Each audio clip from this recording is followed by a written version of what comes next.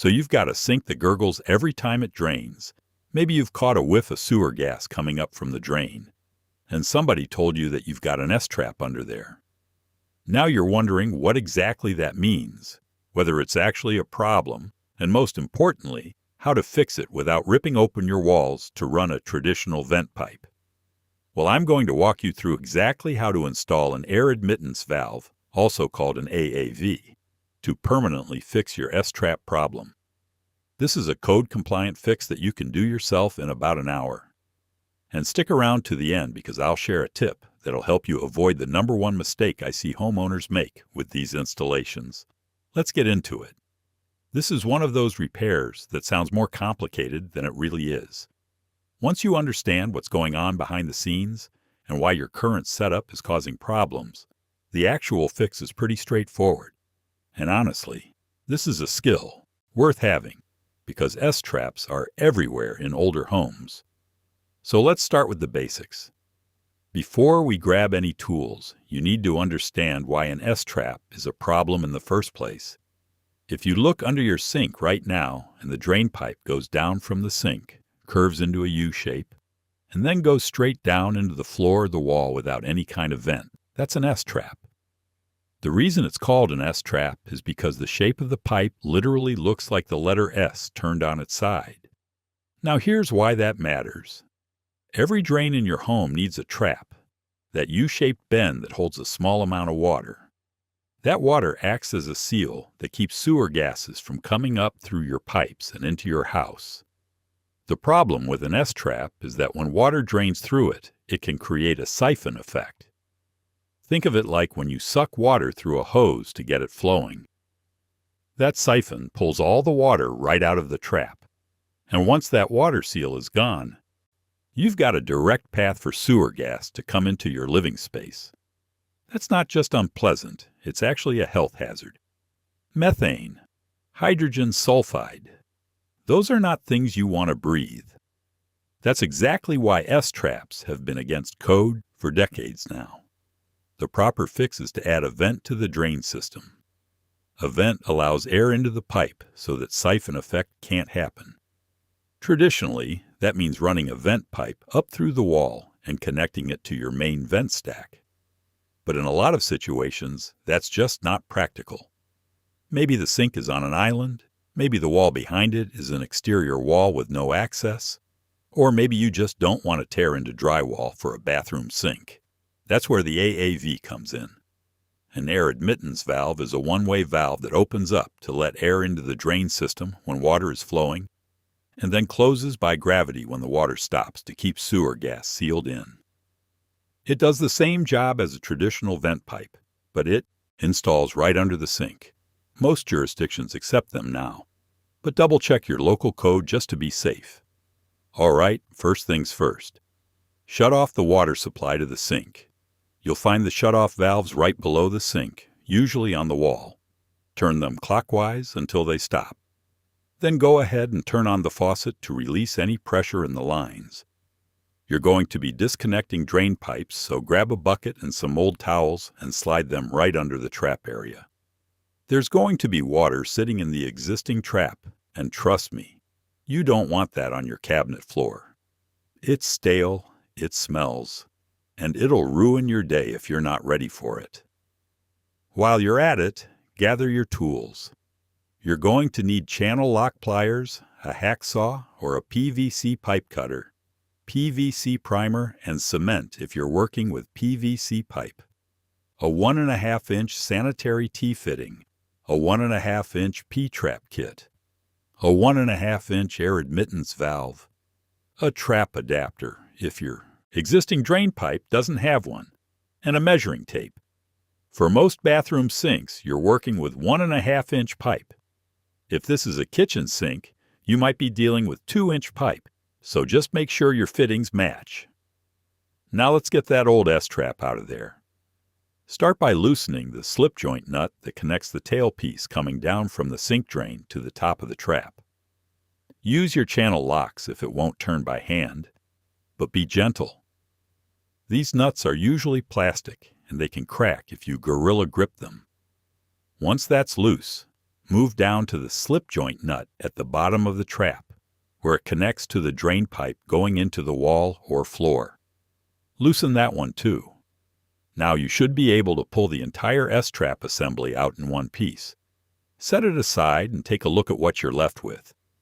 You should see the tail piece hanging down from the sink and the drain pipe stub coming out of the wall or up from the floor.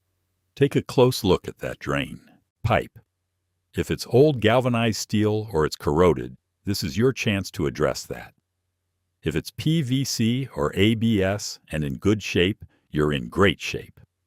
Clean up any old plumber's putty or debris from the connections. You want clean surfaces for your new fittings. By the way, if you are finding this helpful, you should know this is just a taste of what I have put into my book, 50 Easy Plumbing Fixes that will save you $10,000.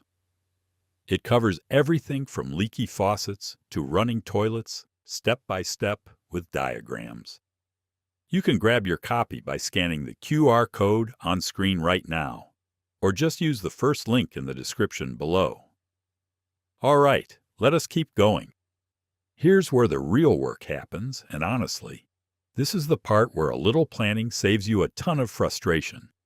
You need to figure out your new configuration before you cut or glue anything. Here's the layout you're going for. The tailpiece comes down from the sink drain that connects to the inlet side of your new P-trap. The outlet side of the P-trap connects to a horizontal pipe called the trap arm. That trap arm connects to a sanitary T-fitting. One side of the sanitary T continues horizontally into the drain pipe in the wall or floor. The top of the sanitary T points straight up, and that's where your AAV goes. Now here's the critical measurement. Your AAV must be installed above the flood level rim of the sink. That basically means the valve needs to sit higher than the top edge of the sink basin. This is a code requirement, and it's there for a good reason. If the AAV is too low and you ever get a backup, water could reach the valve and damage it. In most vanity cabinet installations, this isn't a problem because you've got plenty of vertical space. But measure it out to be sure. Take your tape measure and figure out the distance from the drain pipe in the wall to the center of where the tailpiece drops down from the sink. That gives you the length of your trap arm. Then, measure from the trap arm height up to make sure you've got at least 4 inches of vertical pipe above the sanitary T before the AAV, and that the AAV itself sits above that flood rim line. Write these measurements down. Now grab all your new fittings and do a complete dry fit. That means you put everything together without any glue or cement, so you can check the fit and make adjustments. Start by connecting the P-trap to the tailpiece. Slide the slip joint nut and washer onto the tailpiece, then push the trap up into position and hand tighten the nut. Now attach a short horizontal piece of 1.5 inch PVC to the outlet side of the trap. This is your trap arm. Connect the other end of the trap arm to the inlet of your sanitary T. Make sure the sanitary T is oriented correctly. The through ports should be horizontal, connecting your trap arm to the drain pipe, and the branch port should point straight up. On the top port of the sanitary T, add a short vertical piece of PVC pipe, typically about 4 to 6 inches, and then thread or push your AAV onto the top of that riser. Now step back and look at the whole assembly. Is the trap arm sloping slightly downward toward the drain pipe? It should have about 1/4 inch of fall per foot. Is the AAV sitting above the flood rim of the sink? Is everything aligned without any stress or bending on the pipes? If something doesn't line up, now is the time to adjust. Trim the trap arm shorter or longer. Adjust the height of the vertical riser. Take your time here because once you cement PVC, you're committed. Once you're happy with the dry fit, it's time to make it permanent. Start by disassembling everything and keeping the pieces organized so you remember what goes where. For the PVC connections, specifically the trap arm, to the sanitary T to the drain pipe, and the vertical riser to the sanitary T, you're going to use PVC primer and cement. Apply the purple primer to both the outside of the pipe and the inside of the fitting, Then apply the cement to both surfaces and immediately push them together with a quarter turn to spread the cement evenly. Hold it for about 10 seconds so it doesn't push back out. Work from the drain pipe side forward. Start by cementing the sanitary tee to the drain pipe, then cement the trap arm into the sanitary tee, then cement the vertical riser into the top of the sanitary tee. Thread or push your AAV onto the top of that riser according to the manufacturer's instructions. Some AAVs thread on, some use a rubber gasket and just push fit. Either way, make sure it's snug and perfectly vertical. The valve has to be vertical to work properly because it operates by gravity.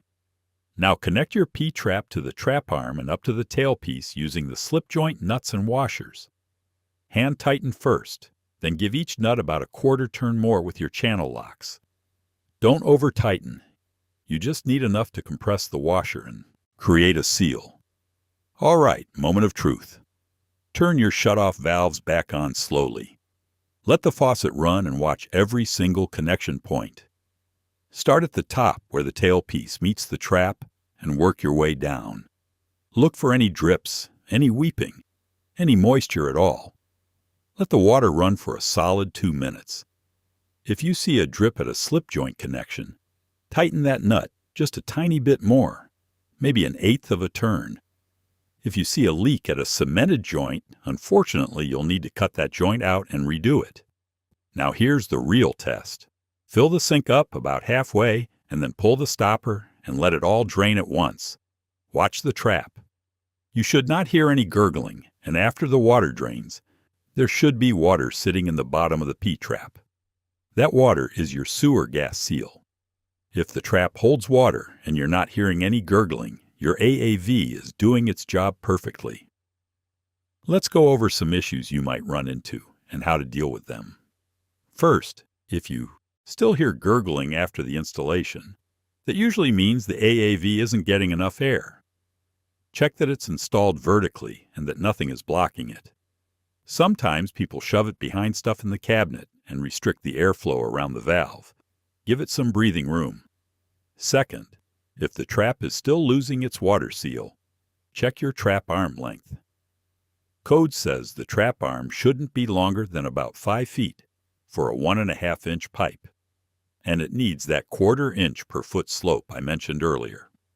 If the trap arm is too long or too flat, the siphon can still happen even with the AAV. Third, if you get a leak at the sanitary tee, it's almost always because the primer and cement weren't applied to both surfaces, or the joint got bumped before it had a chance to set. You need to give those cemented joints a good 30 minutes before you test them with water. Fourth, if the AAV itself seems to be leaking or you smell sewer gas near it, the valve might be defective or installed at an angle. They're inexpensive, usually around $8 to $12, so just replace it. Make sure it's perfectly vertical. Fifth, if your drain pipe coming out of the wall is a different material than PVC, say it's old ABS, or galvanized, you'll need the right transition fitting. A rubber Fernco coupling works great for connecting PVC to just about anything. Don't try to cement PVC to ABS. They require different solvents and the joint will fail. All right, here's the bonus tip I promised you. When you're installing that AAV, go ahead and install a clean-out access at the same time. You can add a clean-out tee or a clean-out adapter right where the trap arm meets the drain pipe going into the wall. This gives you direct access to snake the drain line in the future without having to disassemble the trap.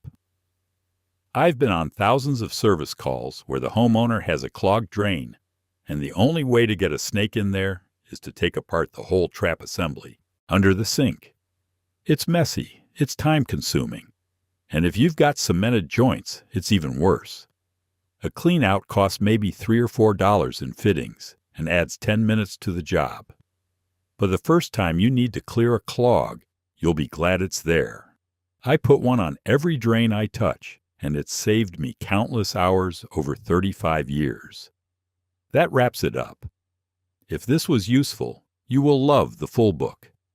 50 step-by-step plumbing fixes with diagrams, all in one guide. Link is below. Hit subscribe so you do not miss the next video. Thanks for watching.